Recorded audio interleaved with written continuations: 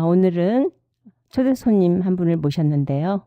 노원구 의회를 이끌고 계신 김승혜 의장님을 모시고 이야기를 나눠볼까 합니다. 안녕하세요, 의장님. 안녕하세요. 초대해 주셔서 감사합니다. 의장님, 당연천 대보름 축제에 가셨었죠? 예, 가서 널도 뛰고 제기도 차고 그러셨어요? 윷놀이도 했습니다. 사진에서 뵈었는데 네. 저는 그 시작 시간인 2시쯤에 가서 이렇게 달집 짓는 거 보고 또 뭐 제기차 하는 거 이런 거 어린이들 하는 거 보고 또 떡국만 먹고 그러고 왔어요.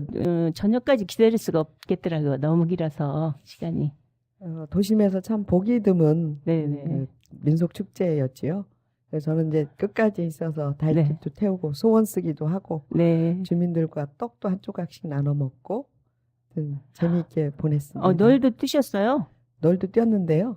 널 뛰기 되게 힘들어요. 되게 힘들죠. 좀 네. 하는 척만 했습니다. 옛날에 저도 네. 한번 뛰어보니까 진짜 힘들더라고요.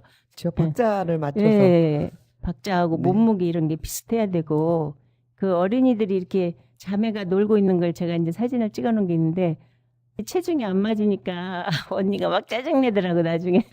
저도 그래서요. 체중이 많이 나가서 올라갔다가 하는 척만 하고 내려왔습니다. 실은. 굉장히 그게 잘 맞으면 재밌어요. 네, 참 재밌습니다. 제기도 잘 차세요? 제기는 잘 찹니다. 그러세요? 작년에 제기차기에서 쌀도 한 포 탔습니다. 어머머. 상품으로. 저는 제기 차기가 되게 안 되던데. 저 어렸을 때부터 남자들이 하는 놀이를 잘했어요. 그러셨어요? 제기차기 좋아했고요. 네. 근데 보름 음식은 하실 시간이 별로 없으셔서 어떻게 드셨어요? 보름 음식은 못했는데요. 네. 주변에 친지분들이 네네. 어제는 10가지 나무를 더라고요. 10가지나요? 초대해 주셔서 네. 아주 배부르게 먹고 왔습니다. 네, 잘하셨어요. 네. 올해 또 한 해 더 건강하시길 바라고요. 네. 가끔 우리 의장님 뭐 행사장에서 눈인사로 혹은 스치듯 지나치는 그런 사이였는데 오늘 이렇게 제 스튜디오에 모시고 온전한 대화를 나눌 수 있어서 정말 기쁩니다. 초대해 주셔서 감사합니다. 네. 언제나 불러주시면 네. 오겠습니다. 구의회라면 이제 자치단체의 중요 의사를 심의 결정하고 또 조례를 제정하고 개정하고 예결산 심의 확정 등 아주 막중한 임무를 수행하고 있는 기관이죠. 네, 그렇죠. 네. 노원구 의회 사상 이제 최초의 여성 의장으로서 어느 때보다도 섬세한 시각으로 구의 살림을 잘 펼쳐주고 계시리라 믿습니다. 그런 의장님께 제가 노원구민의 한 사람으로서 또 청취자의 궁금 사항일 수도 있는 몇 가지 질문을 드려도 될까요? 네, 주십시오. 네. 의장님의 어려서의 장래 희망은 무엇이었어요? 장래 희망은 네. 그 낙도의 어린이를 가르치는 초등학교 교사였습니다. 근데 그게 꿈이었는데 네. 뭐 가정 형편이 어렵다 보니까 교대를 갈 수가 없는 형편이 됐었어요. 근데 그 이후에도 여러 방면으로 그걸 하고자 했었는데 뜻대로 되지 않았습니다. 지금도 아니 그때 낙도 교사를 했었으면 하는 생각이 언뜻 나곤 합니다. 그렇죠. 보통의 여자아이들 꿈이 이제 뭐 간호사, 선생님 또 현모양처 뭐 이렇잖아요. 네, 저도 한때 그런 선생님이 되는 꿈을 가졌었는데 우리 의장님도 그러셨군요. 그런데 어떻게 정치에 몸을 담게 되셨고 그 계기는 어떠시며 또 지금까지의 그 정치 생활 중에서 가장 기억에 남는 일, 즉 가장 내가 잘했다고 생각되거나 그런 일이 있으면 한 가지 말씀해 주십시오. 정치를 하게 된 거는 사실은 여자들이 아직까지 우리나라에서는 이런 길을 가는 게 쉽지 않습니다.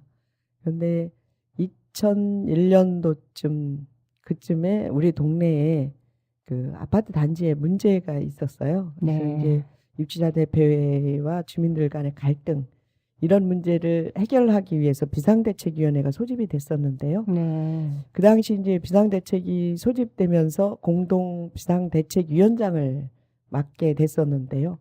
어느 정도쯤 가다 보니까 다 다른 남자분들이 다 손을 놓고 떠나버리고 남은 사람이 저 여자들 몇 분만 남았는데 처음으로 이제 대중 앞에서 마이크를 잡게 됐죠.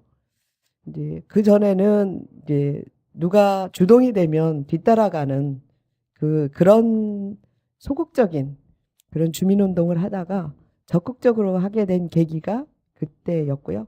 그리고 이제 우리 동네에 노원 자원해수시설, 쉽게 얘기하면 소각장이죠. 네네, 그렇죠. 소각장과 얽혀져 있는 여러 가지 그 시민운동이라고 할까요? 네네. 자그마한 시민운동을 시작을 하고, 그 다음에 그 학교 급식 지원에 관한 조례를 최초 주민 발의로 제가 했었습니다. 아. 그렇게 이제 점점 규모가 커지면서 이제 주민운동에 출발을 한 거죠. 그렇게 하다가 2002년도에 지인들이 권유를 해서 출마를 한번 했었어요.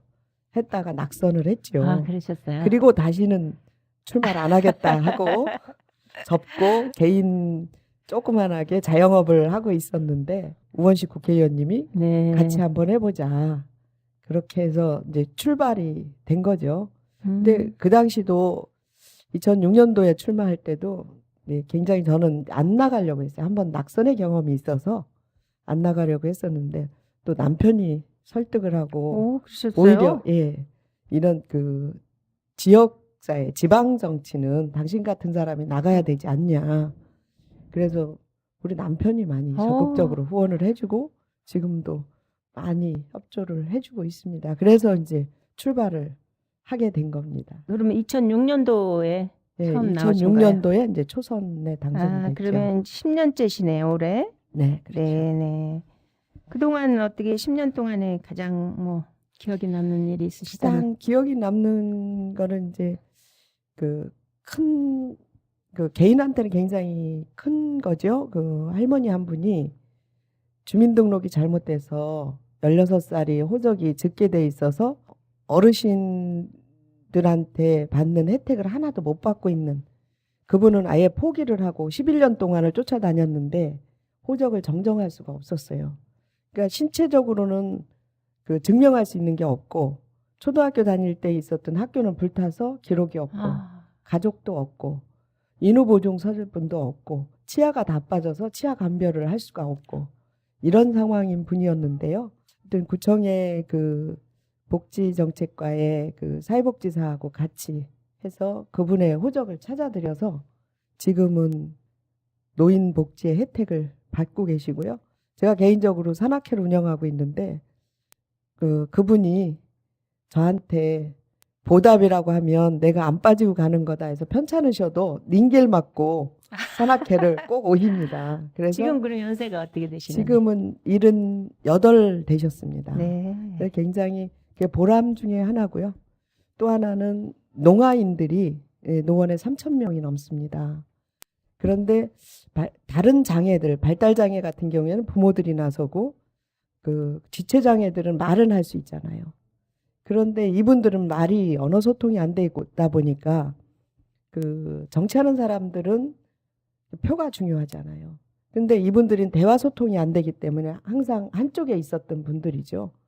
그래서 거의 있으나 이 장애인의 혜택을 받지 못하는 그런 분들이었는데 노원구의 수화통역센터를 최초로 구비로 만들었습니다. 전국에서 구비로 만든 거는 최초일 겁니다. 그래서 그분들이 지금 가면 농아인들의 대통령이라고 할 정도로 그래서 그래요? 제가 굉장히 그분들에 보면 보람을 느끼고 있고 그 당시에 여러 가지 여건이 어려웠습니다. 근데 그 당시 1억 5천 정도 예산을 편성하기가 쉽지 않았는데 그렇게 해서 지금은 수화통역센터가 해서 운영이 되고 있고 지금 이제 그분들의 경로당, 그러니까 경로당이랄까 이제 그분들이 그 모여서 할 수 있는 쉼터죠. 그거를 아마 올 상반기쯤에 또 만들 계획입니다. 그래서 그 할머니는 왜 호적 정정이 안 됐을까요? 그러니까 증거를 어떻게 될 수가 없었던 거죠?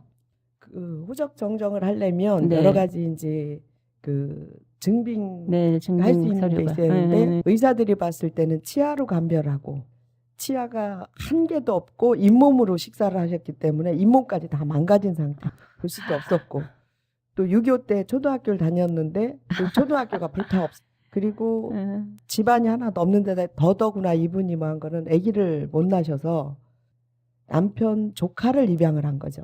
조카를 입양을 하다 보니까 그 아이하고 이 할머니의 잘못된 호적 나이하고 출산 시기가 맞아버린 거예요. 근데 이제 친자 확인하고 이런 거 하면 됐을 텐데 이 할머니가 거기까지는 생각을 안 하셨더라고. 이 할머니가 30살에 이 딸을 낳은 걸로 이렇게 돼 있어요. 호적상. 그러다 보니까 딱 이게 나이가 맞아버린 거죠. 그래서 여러 가지로 호적을 고칠 수가 없었던 그 거죠. 어려운 여건을 어떻게 의장님은 해치시고 그러네. 그래서 제가 이제 그 할머니를 모시고 한번 산악회를 갔는데 경로 우대를 하는데 이제 주민등록증을 달라 이게 할인되니까 그랬더니 나는 이 할인을 못 받는 사람이다 이렇게 얘기를 하시더라고요. 근데 외모상은 그 당시도 80이 돼 보일 정도로 네. 굉장히 자그만한 체구에 그 외모가 굉장히 늙어 보이는 그런 건데도 안 되더라고요. 그래서 왜 그렇게 됐냐니까 결혼하고 호적을 살려서 만들어야 되는데 제대로 못 살린 거예요. 그래서 남편이 돌아가셔서 사망 신고할 때 자기 나이가 그렇게 줄은 줄을 알았대요. 아, 그 사실조차도 모르고 모르고 계셨군요. 계셨다가 그래서 그러면 제가 한번 해볼게요 하니까 그 할머니 하는 말씀이 그동안 구청장, 구의원, 국회의원, 시의원들 다 찾아다니며 해봤는데 소용없습니다. 네. 당신이라고 되겠어? 이렇게 네. 얘기를 하시면서 아, 그냥 그런 대로 살다 죽지 이러시는 거예요. 그래서 복지관에 무료급식을 받아서 드셨는데 요즘은 엄격하잖아요. 근데 그 당시 57세로 돼 있으니까 저기 못 드시는 거예요. 무료급식조차도. 그런 그 안타까운 사연을 접하고 한번 할머니 부딪혀 봅시다. 그래서 그 할머니를 모시고 무료 변호사 상담하는 데를 모시고 제가 찾아갔었어요. 찾아갔는데 대기하는 데만 거의 4-5시간이 걸리더라고요. 그래서 법률 상담하고 한 곳만 간 게 아니라 여러 곳을 다녀서 이제 이렇게 해서 했는데 하다가 제가 혼자 할 수 있는 일이 아니더라고요. 그래서 복지정책과의 사회복지사 도움을 받았어요. 이제 그분들이 할머니를 모시고 금융기관이라든가 요즘은 호적 세탁하는 사람이 많대요. 그 범죄인들, 그 다음에 이제 금융 사기친 사람들 뭐 이렇기 때문에 엄청나게 이게 까다로운 절차가 있는 거예요. 호적 세탁이라는 말을 네. 처음 들어보네요. 그래서 이 할머니가 이제 거기에 누가 봐도 그럴 사람은 아니지만 법적으로 어쩔 수가 없으니까 그래서 3개월 정도 만에 그 제대로 된 주민등록증을 받고 할머니가 펑펑 울으시더라고요. 그래서 아유, 진짜 그래요? 좋은 일 하셨네요. 네. 특히 또 농아인들을 위해서 그런 큰일을 해주셨다는 게 더 의미가 큰 것 같아요. 특히 이제 또 여성으로서 그 섬세함이 없다면 사실 어려울 수도 있는 일 같아요. 어머니의 마음, 뭐 그런 며느리의 마음, 딸의 마음. 제가 이제 노원구 맏며느리라고 어르신들이 지어준 별명이신데요. 아, 어르신이 지어주신 네, 거예요? 제가 저 지은 게 그거 아니고, 여쭤보려고 했어요. 네, 어르신들이 아, 맏며느리야 역시 노원구 그러셨구나. 맏며느리야 뭐 이렇게 해서 제가 지난번에 선거에 나오면서 노원구 맏며느리라고 그 캐치프레이스를 그렇게 하고 아, 나왔는데요. 딱 어울려요. 네, 네. 정말 잘 어울려요. 그래서 그런지 음. 이제 그런 부분들이 많이 들어오고 제가 기초 의원을 하면서 힘없고 백없는 사람들이 백이 되겠다라는 게 부분적이긴 하지만 그렇게 해야 되겠다는 각오도 있었거든요. 그래서 제가 하고 싶었던 일을 하나 성취했다. 그런 생각에 저의 성취감도 크고 그렇습니다. 그러면 노원 구민이 저의 든든한 백이 좀 되어주십시오 하고 요청을 하면 다 들어주실 거예요? 그러니까 그 나쁜 짓이 아니고 좋은 일이나 또 어려워서 정말 제가 도움이 되드려서 그분이 어려움을 조금이나마 덜 수 있으면 그런 분들의 백은 충분히 되드릴 수 있습니다. 네, 의장님 보면 정말 열심히 활동하시는데 살림에는 많이 시간을 못 쏟잖아요. 그러면 가정에 좀 이렇게 미흡한 부분이 있을 텐데 아까 남편분께서 또 워낙 도와주시려고 나가라고 하셨겠죠, 그죠? 정치를. 그런데 이제 거기에 따른 모든 남다른 어떤 가사 노하우나 또 특별한 자녀 교육관이 있다면 한 말씀 해주시겠어요? 제가 시부모님을 14년 모시고 살았어요. 시집살이도 굉장히 심하게 아, 했죠. 그러셨군요. 예, 그러다 예. 보니까 부모님이 돌아가시고 나니까 남편이 그동안 못한 일 활개 피고 해보라. 그런 지원이 있었기 때문에 지금도 뭐 가정에서 주부로서 아내로서는 빵점입니다. 그럴 그리고 수밖에 없을 것 같아요. 우리 아이들은 홀로서기를 만들었고 아. 제가 그 부모님 계실 때까지는 아이들을 제가 학원이라는 데를 안 보냈어요. 제가 가르쳤고요. 중학교 직접 1학년까지 가르치셨어요? 그렇게 했고 그리고 나서 이제 시어머님께서 이제 몸져 누우시면서 할 수가 없더라고. 날밤을 새야 되니까.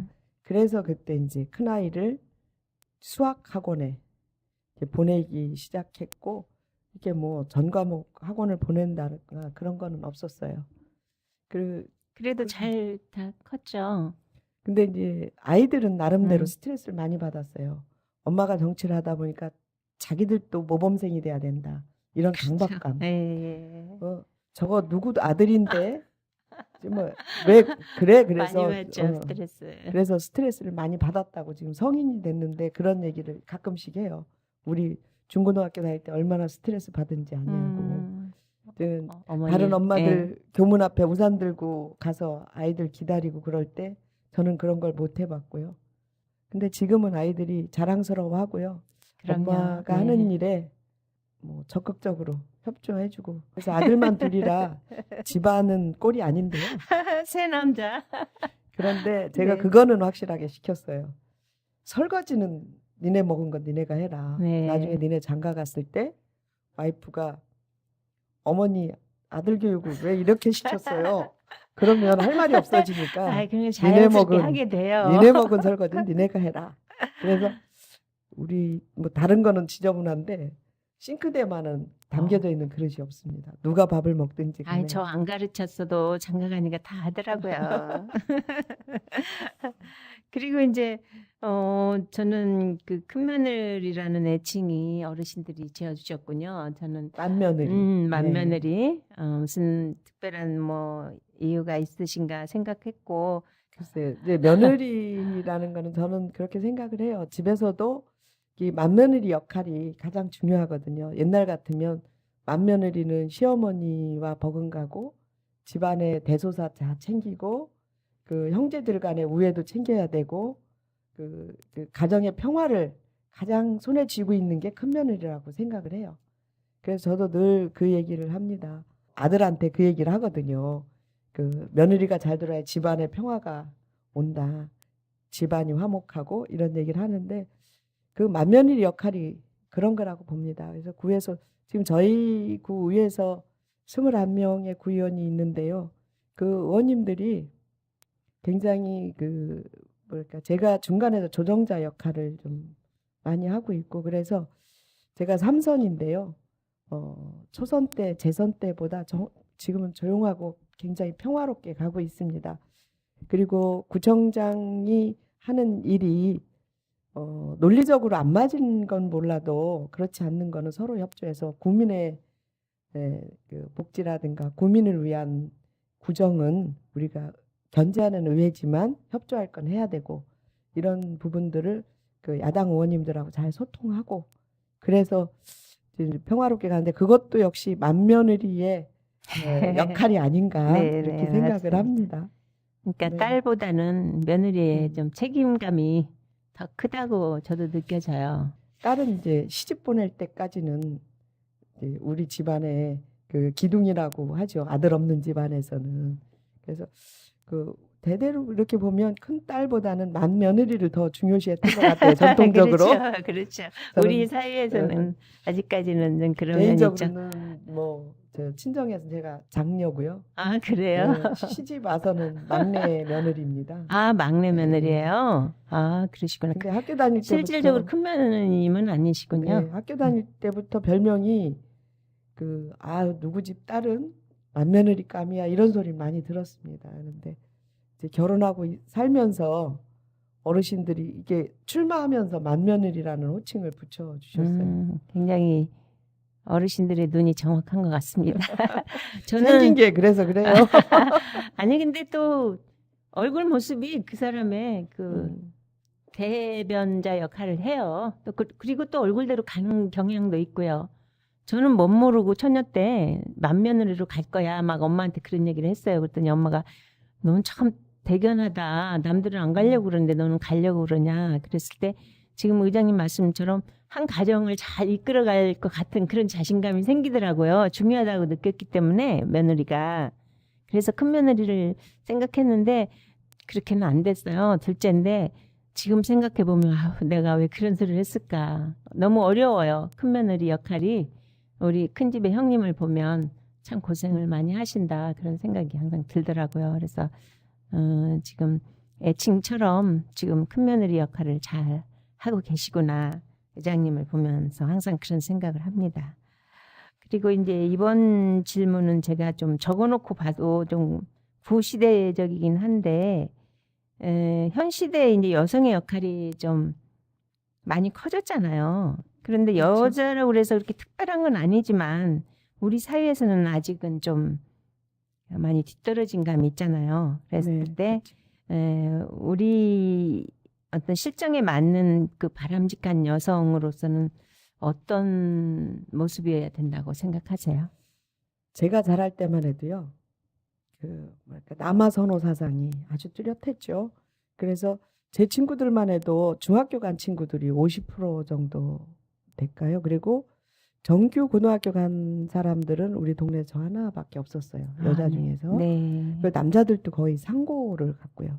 그리고 반장 선거를 해도 제가 최다 득표를 여러 번 했는데도 불구하고 너는 여자니까 부반장이야. 맞아요. 그래서 부반장, 부회장 그걸 꼬리를 달고 정말. 붙자를 달고 다녔습니다. 그런데 네, 맞아요. 노원구에 이사 와서 살면서 지금은 통장협의회장이죠. 남자들이 많으셨어요. 그랬는데 이제 제가 최초로 그래서 최초 아. 여성 통장협의회장을 했고요. 그리고 조금 있다가 이제 최초로 여성 주민자치위원장을 했어요. 우리 동네에서. 그래서 최초를 지금 제가 몇 개를 갱신을 했습니다. 여성 그러네요. 의장도 네, 최초고요. 근데 요즘은 그 여성들이 현대 여성들이 그 거의 지적 수준이 높잖아요. 높는데 여성들이 가지고 있는 게 자녀 교육에만 관심이 많고 이 사회의 현상에 대해서는 관심이 없더라고요. 현대 여성이라면 정치에도 관심이 좀 가져야 되지 않나. 그래야 정치가 발전이 되고 민주주의가 발전이 된다고 생각을 해요. 과거에는 먹고 사는 문제가 가장 중요하고 시급한 문제였지만 요즘은 먹고 사는 문제가 그렇게 힘들지는 않잖아요. 네. 물론 이제 얼마나 풍족하게 쓰느냐 뭐 그 차이는 있겠지만 그런데 정치하는 쪽엔 여성들이 너무 관심이 없어요. 그리고 잘못된 왜곡된 그런 언론 매체를 통해서 수동적으로 받아들여서 그냥 그렇다더라 뭐 이러다 보니까 정치에 발전이 없는 거예요. 그래서 저는 그 전에 그 노무현 대통령께서 말씀하신 민주주의 최후의 보루는 깨어있는 시민의 조직된 힘이다 이런 말씀을 하셨거든요.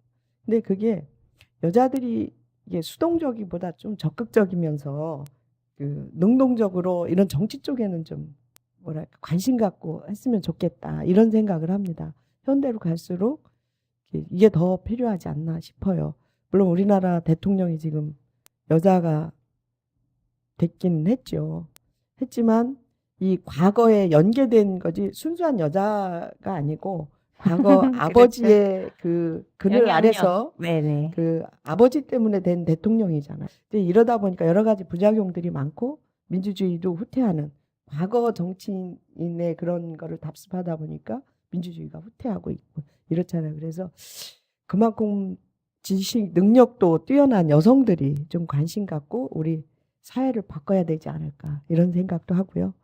그리고 아이들한테는 내가 못한 거 아이들한테 대리 만족시키려고 아이들한테 그 강요하지 말고 아이들이 가지고 있는 능력을 최대한 발휘할 수 있도록 뒷받침만 해주고 엄마로서 여성 이렇게 현대 여성을 이렇게 말씀을 하셨는데 현대 여성이라면 좀 다른 쪽으로 좀 눈을 돌려봤으면 좋겠다라는 생각을 하고요.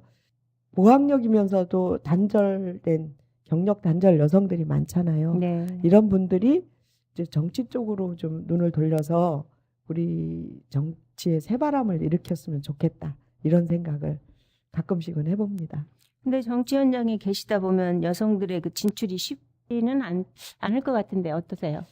쉽지 않죠. 네. 저도 이제 여러 차례 이제 힘든 고비마다 있는데요. 네. 그래도 이제 그 시대적 흐름이 여성을 그 공천하기 위해서 가산점 제도도 부여하고 그러니까 본인 능력 여하에 따라서 적극적으로 활동하다 보면 그런 길이 열리는 것 같아요. 저도 뭐 이게 순탄하게 온 길은 아니지만 여러 가지 하면서 출마할 때에 여건들이 많이 바뀌거든요. 그럴 때마다 이게 좌절을 하면 안 되고 나도 네네. 이런 길을 가서 우리 사회에 조금이나마 자그마한 미랄이라도 되겠다라는 각오로 그 하려고 하다가 안 되면 시민운동도 있고 네네. 이렇게 하면서 지역사회를 변화시키는 그런 일도 좀 했으면 좋겠다라는 생각이 듭니다. 그러니까 지적 수준이 높은 우리 여성들이 깨어 있어야 되겠어요. 그죠? 네. 관심을 내 가정에 내 자녀에만 두지 말고 사회에 눈을 돌려서 여성들의 그 섬세함이 필요하잖아요. 구석구석에 뭐 전봇대 하나를 보더라도 뭐를 하나 보더라도 유심히 보다 보면 문제점이 있어요. 그런 것들 작은 것들부터 이렇게 좀 캐 보기도 하고 시정해 보겠다는 어떤 의지를 자꾸 피력하다 보면 그게 사회 운동이 되고 또 그게 또 정치가 될 수도 있잖아요. 그러니까 의원일 때하고 주부일 때하고 이렇게 느낌이 다르죠. 달라요. 길을 가더라도 저게 왜 저렇게 달렸을까? 그전에는 그냥 무심코 지나가던 일을 저게 왜 저렇게 달렸지? 저게 왜 이렇게 하면 좋을 텐데. 네. 그래서 담당 공무원들하고 해서 찾아보게 되고 다시 한번 어, 시정하기도 하고 그게 왜 그렇게 됐는지 하기도 이렇게 관심을 갖게 되는 거죠. 그리고 역시 그 시민운동이나 이런 운동을 하는 분들도 그 관심 갖게 됩니다. 저도 좀 정치인의 기질이 좀 있는 것 같아요. 네. 그런 생각을 하시면 하는 거 잘하실 것 보면 같아요. 한 10년만 젊었으면. 지금도 안 해주셨습니다. 그러면 이제 출연자에게 이건 공통 질문이에요. 의장님은 정치인이시니까 정치인 중에서 아니면 뭐 아니래도 상관은 없고 존경하는 인물이 있으신가요? 글쎄요, 이제 제가 이렇게 갈 땐 전에 국회의원이셨는데 지금은 고인이 되신 재정구 의원님 네. 그분이 그 철거민의 대부라고 하시고 그다음에 그 전에 청계천에서 야학을 가르치셨어요. 네네. 그렇게 하시고 빈민운동을 하셨었지요. 그래서 그 아시아의 노벨상이라고 하는 막사이사이상도 네네. 수상하시고 하셨던 분인데요. 이분이 하신 그 족적을 보면 소외계층을 위하고 어려우신 분들을 위해서 정말 어려운 그런 고비고비마다 늘 그분들과 함께 하시면서 사시다가 너무 젊은 연세에 가셔서 네.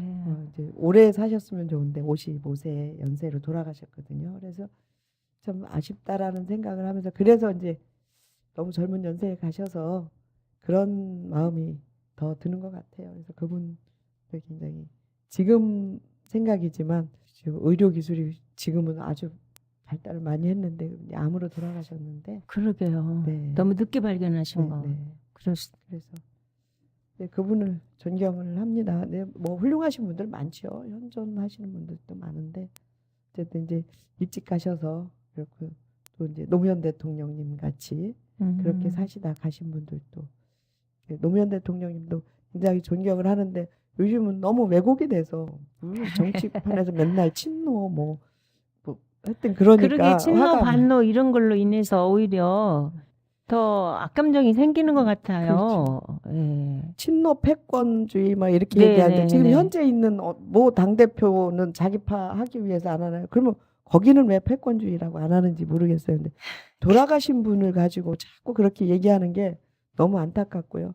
정말 대통령을 마무리하시고 고향에 가서 그렇게 훌륭하게 정말 계시면서 우리나라의 그 고문 역할을 하실 분인데 그런 모습이 아쉽습니다. 예, 너무 좀 오래 볼 수 있었으면 좋았을 텐데 밀짚 모자 쓰고 자전거 타고 손녀 태우고 가셨던 그 모습이 모습이 정말 눈에 지금도 선해요. 선해죠. 네, 그래서 맞습니다. 지금까지 계셨으면 어떤 그 교통 정리도 좀 하시고 우리 획을 그을 수 있는 그런 역할을 더 하실 수 있었을 텐데 정말 아쉬운 마음이죠. 네.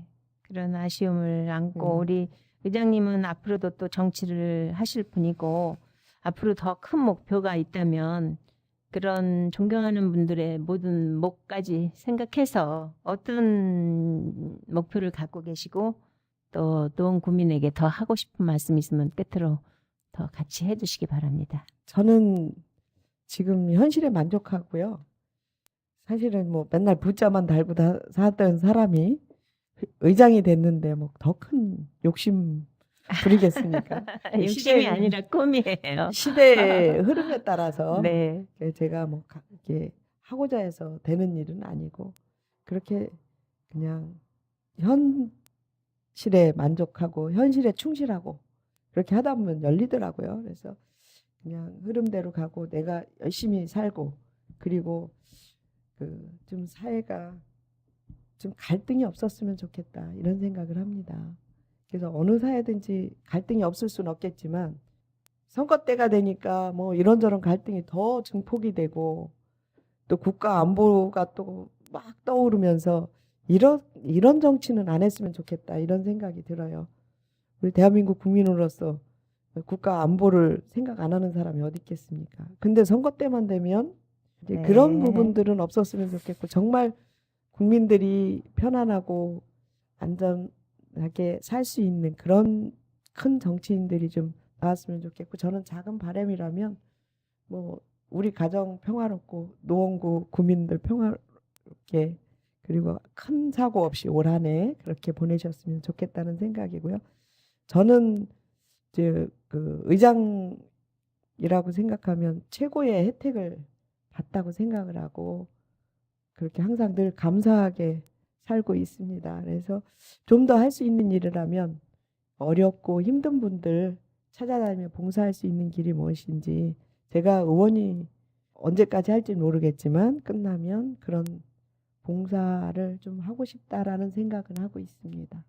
의장님이 저기 사회복지학 전공하셨잖아요. 네. 그렇죠? 네, 저희 선배님이세요. 아 그러세요? 아시죠? 모르셨어요? 잊어버렸나 모르겠는데. 저는 사회복지는 아니고 문화예술관광학과를 공부했어요. 네. 제가 음. 그 노원사랑봉사회라고 해서 제가 의원 되기 전에 조직했던 봉사단체가 있었어요. 근데 지금은 규모가 엄청 커졌는데 제가 할 때는 한 뭐 4-5명이 이렇게 움직이다가 지금은 회원들이 고정적으로 봉사하시는 분들이 30-40명 이상 매주 화요일마다 그 독거노인들한테 국봉사를 하는데요. 아, 네.